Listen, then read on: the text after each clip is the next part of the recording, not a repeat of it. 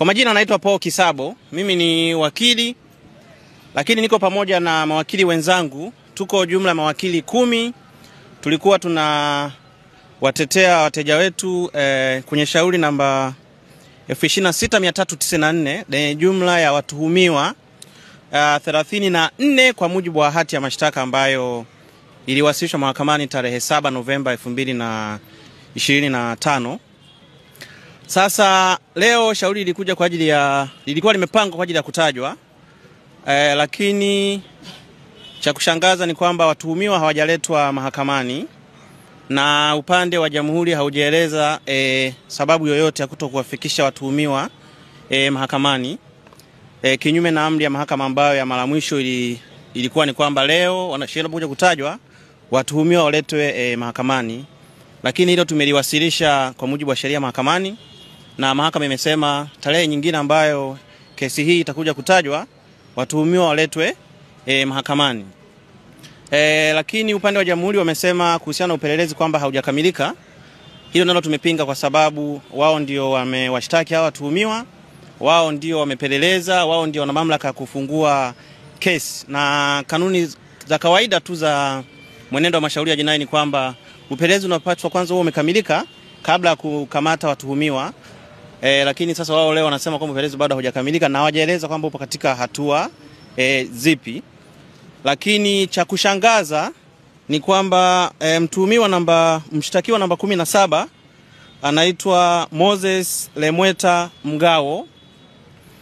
Mahakama imetueleza kwamba huyu mtu hajawahi kufikishwa mahakamani, lakini cha kushangaza kwenye hati ya mashtaka yupo, na hati za mashtaka zinavyoandaliwa huwa pia zinakuwa na particulars, yani zinakuwa na wasifu wa huyo mshtakiwa. Huyu mshtakiwa namba 17 kwa mujibu wa hati ya mashtaka ambao ni public document, imeandikwa ana umri wa miaka 33, kabila lake ni Masai, kazi yake ni mlinzi, dini yake ni Mkristo, na makazi yake imeandikwa Masaki. Sasa kwa sababu tumeambiwa kwamba huyu mtu hajawahi kufikishwa mahakamani, na kwa hiyo nitoe wito sasa kwa ndugu zake au ambaye anamfahamu waweze pengine kutupatia taarifa za wapi alipo, kwa sababu okay. Kwa sababu jina lipo kwenye hati ya mashtaka, lakini huyu mtu hajafikishwa mahakamani. Lakini pia kingine, upande wa jamhuri umetueleza kwamba kuna watuhumiwa wengine wameongezwa au waliongezwa kwenye hii hati ya mashtaka. Hii hati ya mashtaka ina watu 34, waliongezwa wengine 4, lakini hatujaelezwa ni lini waliongezwa, na hatujaambiwa pia majina yao kwamba ni fulani na fulani na fulani. Kwa hiyo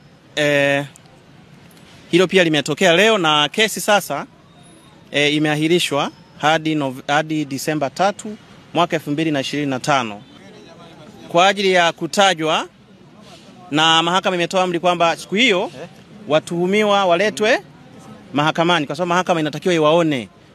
Na kama mnakumbuka tarehe iliyopita baadhi ya watuhumiwa walikuwa wana majeraha, tuliomba kwamba wapelekwe hospitali wakatibiwe na ripoti iwasilishwe mahakamani.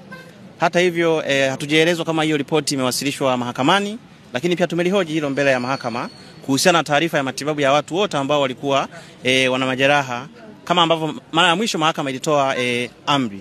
Kwa hiyo kesi imeahirishwa mpaka tarehe 3 mwezi wa 12 mwaka 2025 na watuhumiwa wote wataletwa mahakamani.